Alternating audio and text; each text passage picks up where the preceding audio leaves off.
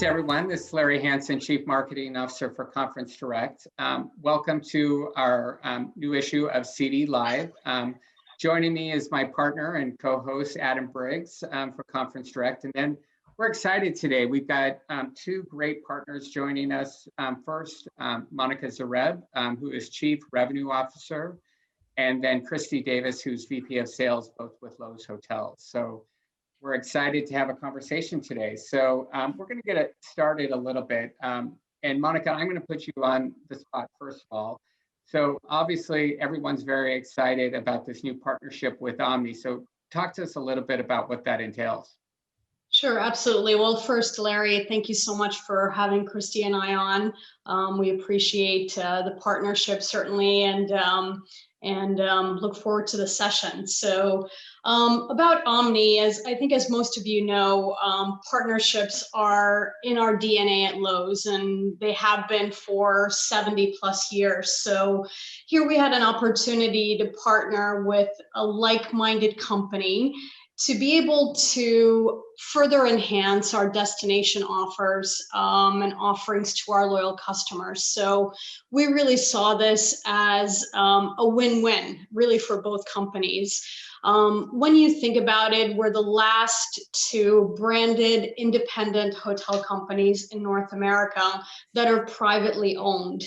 And many of our senior leaders, myself included, and Christi, we have close working relationships with the Omni team, and we've had these for years. So this opportunity to partner was just a great way for us to kind of leverage both of our strengths. And I think just to add, I think it's just important to put it out there. Loews Hotels is not for sale, and we will not be sold to Omni or vice versa, or to anyone else. So, we enter into this partnership truly as a partner with a like-minded brand. This isn't, a tease for something that's going to come at a later date. And you guys have been great partners for our customers, but talk to us about the meeting aspect of that. Is that rolling out right away, or when is that coming? Yeah, that's something that we're still talking about. We started with our transient offerings on our websites and through an 800 number. And we've actually seen a lot of sustained visitors to each other's sites as a referral, which is interesting, and a few bookings. I think the meetings piece is definitely on the table. It's just something we need to work through, but I have confidence that we'll get there eventually. I think that we have, similar customer base, we have similar partnerships, we both have great hotels. And this just makes sense especially when demand returns. If we're not able to, fulfill our customers' needs, we could potentially refer them to our partners. Great. And you have awesome hotels. And thank you. I know you guys are very strategic on your development, but what's happening on development with you guys? So, we're excited that our Loews Hotels in Coral Gables, Florida, not too far from where I am now in Miami, it's almost topping off, and it's expected to open in September of 22. So this is a $700 million project. It's 2.1 square feet of a mixed-use development on 7 acres that includes 242 Loews Hotel with 16,000 square feet of indoor meeting space and 15,000 square foot event deck. But also the complex has office space, residential, and really high-end retail. So, we've always had a really strong presence in Florida with Miami and Orlando. So this hotel will be a really great addition for us here in Florida. I think much has been said about, opportunities during the pandemic, about growth. I don't think you've really seen a huge amount of activity, but we continue to be optimistic about our pipeline. It's been really unpredictable the last 12 months, but we're confident that our development strategy is still very much focused on growing our portfolio, leveraging our strengths, not only for our core Loews hotels, but also kind of immersive destinations like our, Live by Loews hotels in Arlington and St. Louis.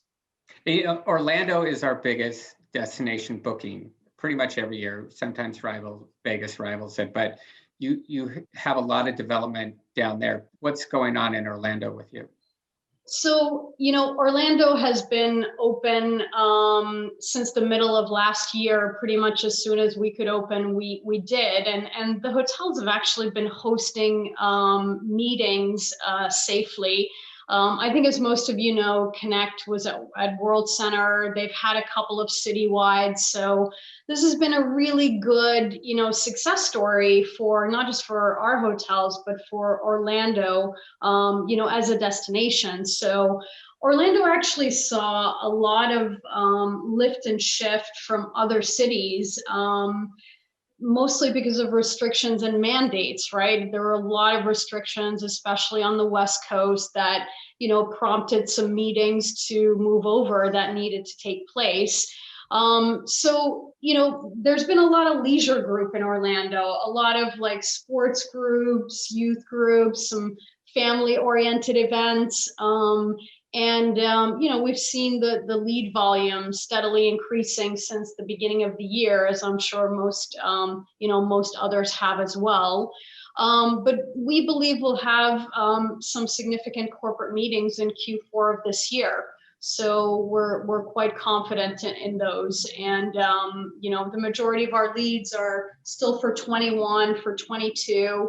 And, fortunately for us too, we're not really seeing, any of the rates plummet. In fact, the rates are almost congruent to 2019, which is very good news for us. Yeah, I mean, business definitely picking up. We're expecting a really good end of the year and going into 22. So, obviously, one challenge that our customers have faced is getting in touch with hotel salespeople, as many hotels had to furlough and let people go. So what's happening with your sales team?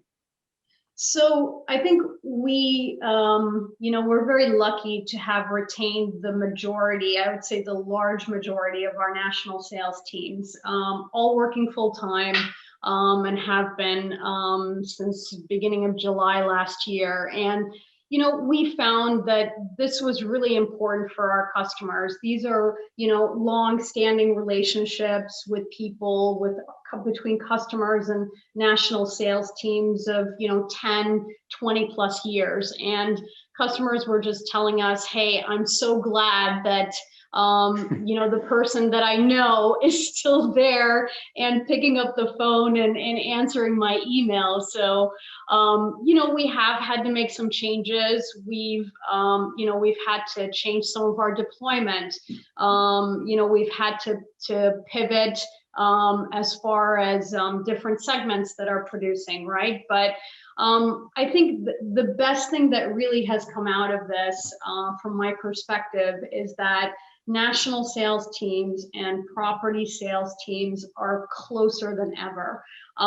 They are focused on conversion, they're focused on demand generation, they're focused on working together to get us the business. And I have to tell you, I don't think I've ever seen it work this well. So I know this will continue, as we recover. Great. Our associates love Loews, so that's good to hear. Thank you. We love you too. So oh, love. There we go. So it's exciting to hear that you've got bookings for this year. One area that's top of mind for whether it's association or corporate planners is health and safety. So can you tell us a little bit about, Christi, Monica, what Loews is doing to ensure that, people are having a safe experience on property with their return to business? Yeah, absolutely. I mean, our kind of welcoming you like family message, we launched in July of last year. That was actually our message before COVID, believe it or not, it was ready to launch, and then COVID hit. And we also just realized how relevant it really still was, because it's, you know, rooted in our commitment to the care and comfort of our guests, essentially reiterating that we're going to care for you and your clients and our guests just as we would care for our own family. So, you know, I've said it a few times. I think being a smaller brand, owning the majority of our rooms and our hotels, this means that we have a lot of control over what happens at our hotels, and we can also be very nimble.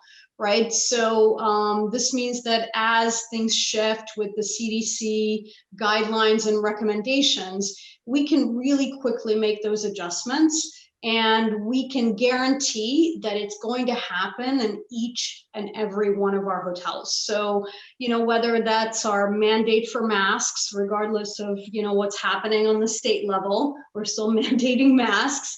You know, cleaning of our public areas, adhering to physical distancing, you know, reducing capacity. You know, this is not just for the safety of our guests, but it's also for the safety of our team members, which is absolutely the most important thing that we do. Yesterday, or I'm sorry, it was on the 31st, actually, a couple of days ago, we were very proud to announce that we received our WELL Health and Safety rating through the International Well Building Institute. All of you have to have seen that commercial with Lady Gaga and J-Lo, because I know I see it like 17 times every single night. I haven't seen them. Now I'm going to have to go Google and find it on YouTube or something. Yeah. Yes, and so we're actually part of that WELL Health Safety rating for our properties. And again, it's just a commitment to the well-being of our guests and team members when you're in our buildings, I should say. So Monica, if one of our customers is coming there, I mean, because obviously it's confusing with different guidelines by state and then what hotels do and et cetera. So if I'm a customer coming into your hotel, is your team equipped to really say, here's your plan, here's what you need to do and for our group?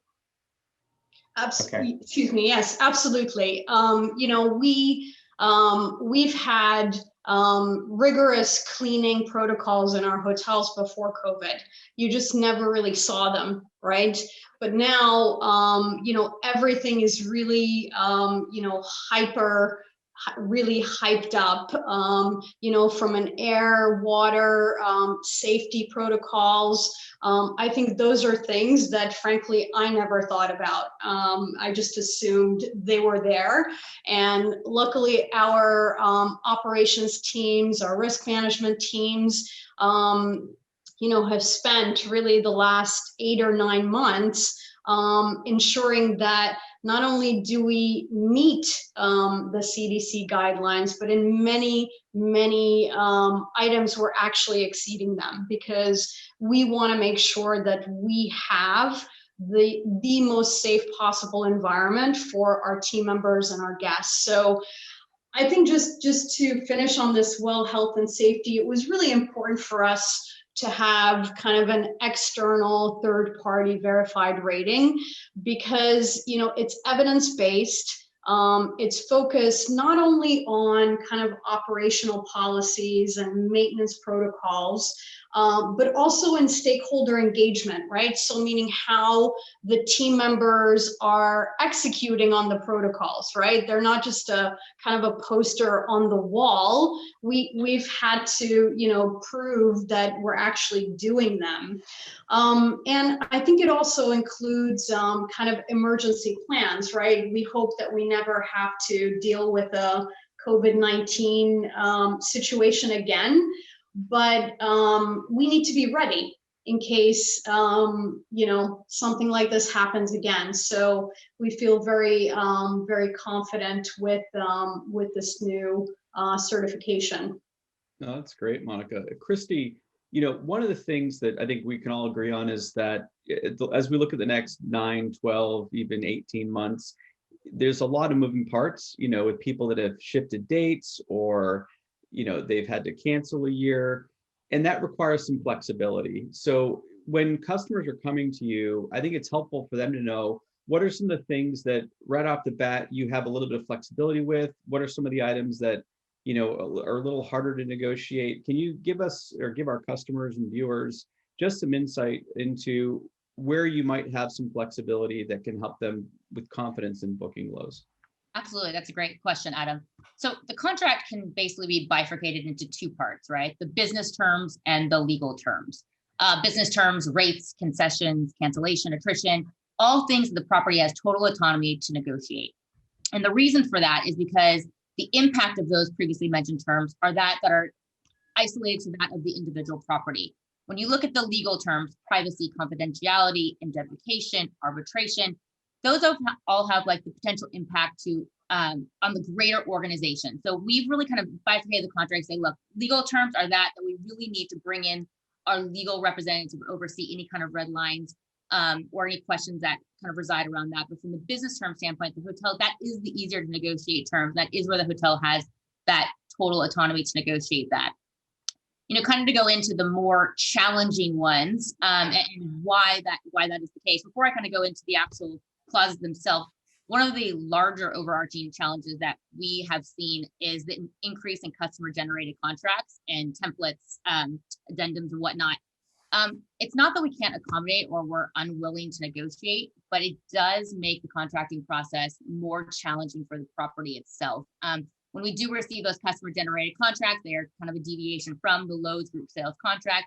And we do require that they are reviewed in full by legal. I'll tell you, the property sellers, I'm sure feel like they've earned their JD over the last year. I sure feel like I have. Monica and I joke about it frequently. But the reality is we're not lawyers, and therefore we do not know what we are not agreeing to when the contracts are presented to us. So we have a policy in place that if the customer presents the contract to one of our hotels, rather than using the Loews group sales contract, we do require that it goes through a full red line legal review, which does have some time restraints around that. To basically in our attempt to mitigate that length of time that it takes with around the legal reviews, we do proactively look for master service agreement opportunities or the ability to align on those customer generated contracts with some of our key customers so that we can push out communication to our sellers on what negotiations have been done in advance to make that contracting process easier and less time consuming. But as it kind of pertains to what you asked me earlier, as far as the more challenging clauses, like, looking at privacy, looking at confidentiality, identification, privacy specifically comes up a lot. One of the reasons that there is pushback from the properties to the clients when they do present their own privacy clause is that Loews has its own privacy policy. It's found on our customer facing website and it applies to the broader audience. It's not just that specific group, but it's Loews Hotels team members. It's all of our guests and house, irrespective of segmentation. So we can't just deviate from our policy and adopt another company's. So, one of the things we do find is that when we are able to align legal counsels, which there sometimes is a bit of a hurdle in doing so, but when we are able to align our legal counsel with the customers, we are able to sync up pretty quickly. And if additional language is needed for any reason, it's usually added to the Loews privacy policy as it pertains to interactions with that specific group or engagement with that specific group's attendees. It's not a whole new adopted clause for that specific group. Other things that we'll see too as it pertains to privacy is GDPR. We do see it poses a problem for our hotels. That's Adam's favorite topic, by the way. Is it? I know. I feel like I do. I have a tattoo. Sometimes I feel like a tattoo is going to show up with GDPR on me. After 3 years working on it, I do think I got my JD. Right? I know. I keep telling Monica, ask if I could add it to my signature line, but she's like, no, it's not officially there. Well, you also have CCPAs coming down. Well, it's already here, the California regulation, which would affect people as well. So it's interesting. Well, and I think our team was very proactive in seeing that come down the pipeline. California is very quick to adopt the privacy language and whatnot, and we knew that was going to come to follow. So one of the things that we have seen that poses a challenge is when the customer and the property disagree on the property's designation under GDPR, controller, processor. That happens very frequently. And in every case when that happens, we do have to align privacy counsel to really have that discussion and really align on that respective designation. And if we can't align, either scrap it in its entirety or add language where we feel like we can come to a mutually agreeable place. So that has been something that I think continues to be in almost every contract conversation, and has posed, it does create the timeline does exceed when we have those conversations, because we do have to bring in outside counsel to be part of that conversation. And then lastly, I'll just kind of touch on confidentiality real quick, because that's another one I think that provides a lot of back and forth and is one of the more challenging clauses, is that, we want to say to the customer, we don't want any of your confidential information. But customers are concerned that while they understand we don't want it, we're exposed to it during their meeting or with the materials that are produced from the meeting. And they want protection around that information. And we do understand that. So, the negotiation here lies on finding that middle ground where the customers feel they have their information protected, but the property isn't admitting to a fault or a breach prior to a meeting even taking place. No, that's great. And I think that is something that, customers, the GDPR piece specifically, I think is an ongoing negotiation. Interesting that people are actually trying to put you into the seat of the controller of the information. The only way I would see that would be applicable is if you planned on remarketing to the people, then you would become controller. But if you're just, communicating, then that's interesting. I think it's an educational component to say exactly that. Like, we are not going to remarket to them. We are here to service their group while they're here on property. Yeah, which is at their direction. That's really interesting. I wouldn't have thought that they would, make that distinction. So, appreciate your insight in terms of those different contract clauses. So not to put you on the spot, but, some of the areas that people are incredibly sensitive to, in terms of like attrition and, flexibility on dates, Loews is stating that those are areas that are certainly up for negotiation in terms of new business. Absolutely. Yep. And and we do look at the bigger picture, right? We look at, is it a 2021 group? Is it a 2022 group? Is it a 2028 group, right? So those kind of things all play into our flexibility. Certainly understand that. So if flexibility and negotiation is a hot topic, the second hot topic is hybrid meetings.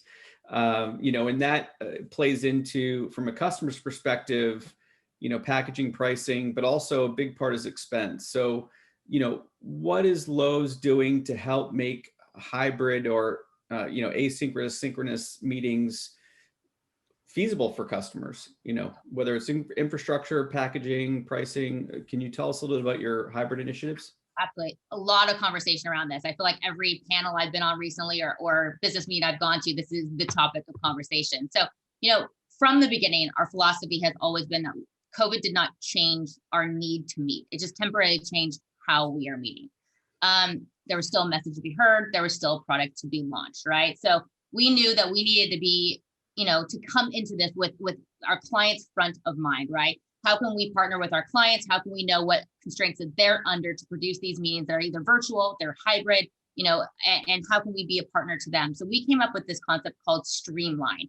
And Streamline offered customers the ability to do a virtual or hybrid meeting their way. And I stress their way, because that was the whole intent of this, is that we did not want to push our way of doing meetings onto them, but we knew that they had specific partners that they wanted to work with. We knew there was a comfort level with people that, they didn't want to be forced into using certain people that we were preferred partners with, but they said, hey, look, we've been working with these people for 20 years.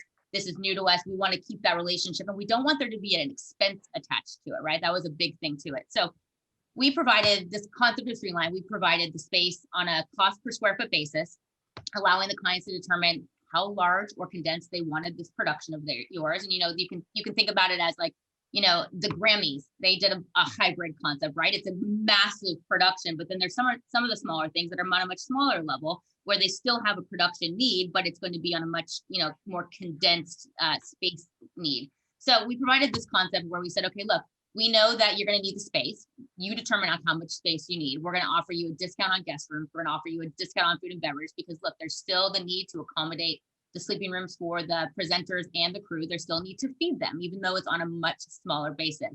And the client can bring in their production company, their preferred partner, at no additional cost. So again, this is we wanted this to be totally about the convenience to the client, but we really wanted to think this fully all the way through as far as how this then impacted our partners and our third-party clients. So to ensure that our third-party partners found this advantageous, we also made it commissionable. So while the traditional commission models are around guest rooms only, kind of has a low appeal when you're looking at virtual meetings that have maybe like 10 max guest rooms for their presenters and the crew. So we said, we're going to make the entirety of this program commissionable, and we're going to put commission on not only the net guest room revenue, but also on the meeting space rental as well too. So that was streamlined. That was all about meetings their way when somebody already had their preferred partner in mind that they wanted to operate this hybrid or virtual meeting with. But that's not everybody, right? There's some people that are like, oh, we don't have a preferred partner, and we just really are looking for the ease of showing up and not having to bring in all the production that comes along with it. So to complement Streamline, we also came up with a second concept called the virtual presentation stage.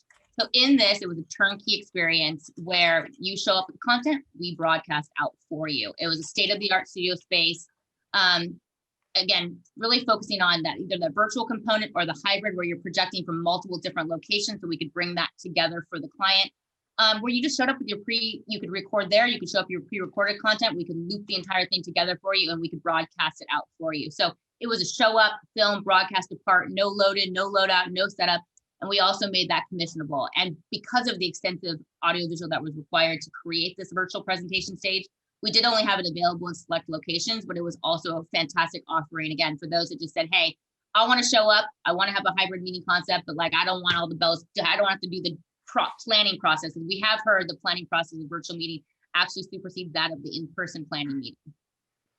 No, that's great. Well, I know we're running out of time, but I did want to ask, maybe each of you can answer it, one final question, and that is, if you wanted the viewers to take away one thing about Loews, either something you're working on now or something planning for the future, that one thing that you want to make sure they remember, what would that be?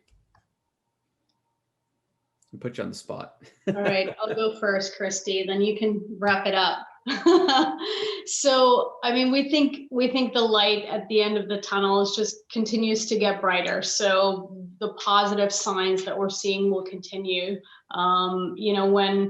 While business travel, meetings, events are a bit slower right now, we are confident that they're going to return, and that Loews will continue to embrace and evolve this key sector of our business. So, just also want to say that partnerships are so vital to us. They're part of who we are, they're part of our DNA. So although we may not have seen you guys over the last year, when we do meet again, the experience that you've come accustomed to from Loews will continue, and in fact may just be even better. And, I think we've actually had really positive experiences with our customers this last year. Sometimes working through problems and issues makes your relationship stronger, and we feel that that our relationships are stronger. So I guess the final thing I'll say is, whenever the time is right for you, we're ready, we're waiting for you, and we can't wait to welcome you back like family. Yeah, and I'll compliment Monica on that. Partnership is the key to recovery for us, right? And that is what we are prioritizing. One takeaway, we want to be not just easy to do business with, but we want to be enjoyable to do business with. We prioritize our customers in that philosophy as well too. So, Loews was one of the first, as we went into this pandemic, to say, we don't care what's in the contract. We prioritize partnership. We want to prioritize doing the right thing. Doesn't matter what the words in the contract are. Let's work together on all of this. So I think, if I had to sum it up with one thing, it's, we enjoy what we do. We love our customers. We love our partners. We enjoy this industry, and we just look forward to seeing it return back to normal and seeing each of you in person again. Great. Well, thank you, Monica and Christy. We really appreciate you taking the time. Loews is a great partner of Conference Direct, and we look forward to continuing to work together. So thank you. Thanks for having us. Thank you.